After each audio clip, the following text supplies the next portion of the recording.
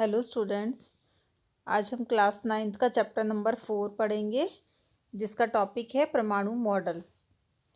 परमाणु मॉडल के बारे में स्टार्ट करेंगे। आज हम उप परमाणु कण होते हैं जो हमने लास्ट वीडियो में पढ़े थे, इलेक्ट्रॉन, प्रोटॉन और न्यूट्रॉन। उनकी खोज के उपरांत क्या 3 मॉडल दिए गए थे। पहला मॉडल है थॉमसन का परमाणु मॉडल, दूसरा रदरफोर्ड का परमाणु मॉडल और तीसरा बोर का परमाणु मॉडल। ठीक है, तो फर्स्ट नंबर पे हम थॉमसन का परमाणु मॉडल देखते हैं। थॉमसन के इस परमाणु मॉडल को कटा तरबूज मॉडल भी कहते हैं। इस मॉडल में क्या था कि परमाणु में जो धन आवेश तरबूज के खाने वाले लाल भाग की तरह बिखरा है, जबकि इलेक्ट्रॉन धन आवेशित गोले में तरबूज के बीज की भांति धंसे हैं। इसमें जो थॉमसन थे उन्होंने बोला था कि जो अंदर का ये येलो भाग नज़र आ रहा है ये तरबूज का लाल भाग की तरह था, और जो माइनस चार्ज है ये जो बीज की भांति उन्होंने इसको माना था। ठीक है, तो लाल भाग में क्या था? लाल भाग में हमारे परमाणु इलेक्ट्रॉन्स थे, और नहीं, इलेक्ट्रॉन्स हमारे नेगेटिव चार्ज जो थे बीज वाले भाग थे, और लाल वाले भाग में हमारे परमाणु थे। ठीक है, धन आवेश। ये हमारा लाल वाला भाग पॉजिटिव चार्ज था और बीज वाला भाग हमारा नेगेटिव चार्ज। ये थॉमसन ने बताया था। ठीक है, परमाणु के अंदर पॉजिटिव चार्ज भी है और नेगेटिव चार्ज भी है। तो जब पॉजिटिव और नेगेटिव चार्ज दोनों आपस में मिल जाते हैं तो क्या होता है?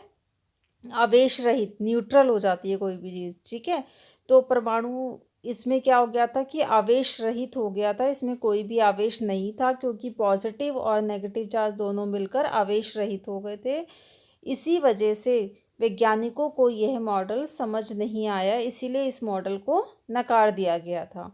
ठीक है, इसके बाद दूसरा मॉडल आया था रदरफोर्ड का परमाणु मॉडल। रदरफोर्ड के परमाणु मॉडल में तेजी से चल रहे अल्फा कण कौन से थे? हीलियम। ठीक है, उन कणों को सोने की पन्नी से टकराया गया था। उसके बाद क्या हुआ था कि कुछ कण थे, कुछ अल्फा कण थे जो कि बिना मुड़े सोने की पन्नी से सीधे निकल गए थे। कुछ अल्फा कण थे जो कि निम्न कोणों से मुड़ गए थे, और प्रत्येक 12,000 कणों में से एक कण ऐसा था जो कि वापस आ गया था। ठीक है, जैसे कि इस वीडियो में दिखाया हुआ है अल्फा कण, ये अल्फा कण थे। ठीक है, ये हमारे अल्फा कण हैं। जब इनको सोने की पन्नी से टकराया गया तो क्या हुआ? कुछ कण जो थे वो बिल्कुल सीधे निकल गए। ठीक है, और कुछ कण जो थे वो निम्न कोणों से वापस आ गए, लेकिन कुछ कण थे, एक कण उनमें से था जो टकराकर बिल्कुल ही वापस आ गया था। ठीक है, तो इससे क्या निष्कर्ष निकाला रदरफोर्ड ने? उन्होंने बताया इससे ये निष्कर्ष उन्होंने निकाला कि परमाणु के भीतर जो अधिकतर भाग था वो खाली था। क्यों अधिकतर भाग खाली था? क्योंकि जो अल्फा कण थे वो सीधे निकल के जा रहे थे। ठीक है, बिना मुड़े ही सोने की पन्नी से बाहर निकल रहे थे। दूसरा निष्कर्ष क्या था कि परमाणु के बीच में एक धन आवेशित गोला था जिसे कि नाभिक कहा गया था। ये परमाणु तो इसके बीच में एक धन आवेशित गोला था जिसे कि नाभिक कहा गया, क्योंकि 1200 में से एक कण वापस आ गया था। यहाँ से टकराकर ये कण वापस आ गया था, जैसे गया था वैसे ही वापस आ गया। लेकिन कुछ कण थे जो सीधे निकल गए। ठीक है, और कुछ कण थे जो कि टकराकर निम्न कोणों से वापस आ गए थे। तो इससे ये पता चला कि नाभिक जो है इसके बीच में परमाणु के भीतर ज़्यादातर भाग खाली है, और नाभिक इसी खाली भाग के बहुत छोटे से भाग में मौजूद है। नाभिक का आयतन क्या था? 10⁻⁻5 गुना परमाणु के आयतन के बराबर था। ठीक है, नाभिक का आयतन क्या बताया उन्होंने? 10⁻⁻5 परमाणु के आयतन के बराबर। परमाणु का संपूर्ण द्रव्यमान उनके नाभिक में ही होता है। ठीक है, इसके बाद है परमाणु का जो केंद्र था वो कैसा था? धन आवेशित था, पॉजिटिव चार्ज था, जिसे नाभिक कहा गया था। एक परमाणु का संपूर्ण द्रव्यमान नाभिक में ही होता है, ये हमने पढ़ लिया। इलेक्ट्रॉन, जितने भी इलेक्ट्रॉन्स होते हैं वो नाभिक के चारों ओर वलयाकार मार्ग में चक्कर लगाते हैं, वलयाकार मार्ग में, ठीक है। नाभिक का आकार परमाणु के आकार की तुलना में काफ़ी कम होता है। परमाणु का आकार ये है तो नाभिक का आकार ये है, तो ये बहुत ही कम है पूरे परमाणु के आकार की तुलना में। लेकिन रदरफोर्ड के परमाणु मॉडल में भी कुछ कमियां पाई गई।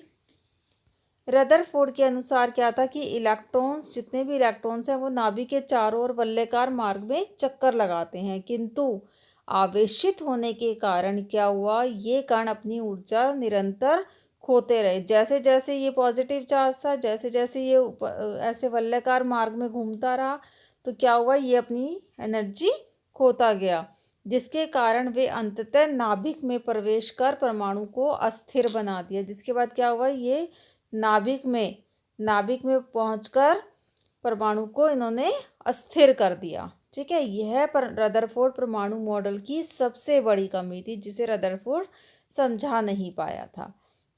इसी वजह से ये वाला मॉडल भी हमारा रदरफोर्ड का फेल हो गया था। इसके बाद एक और नेक्स्ट मॉडल आया, बोर का परमाणु मॉडल।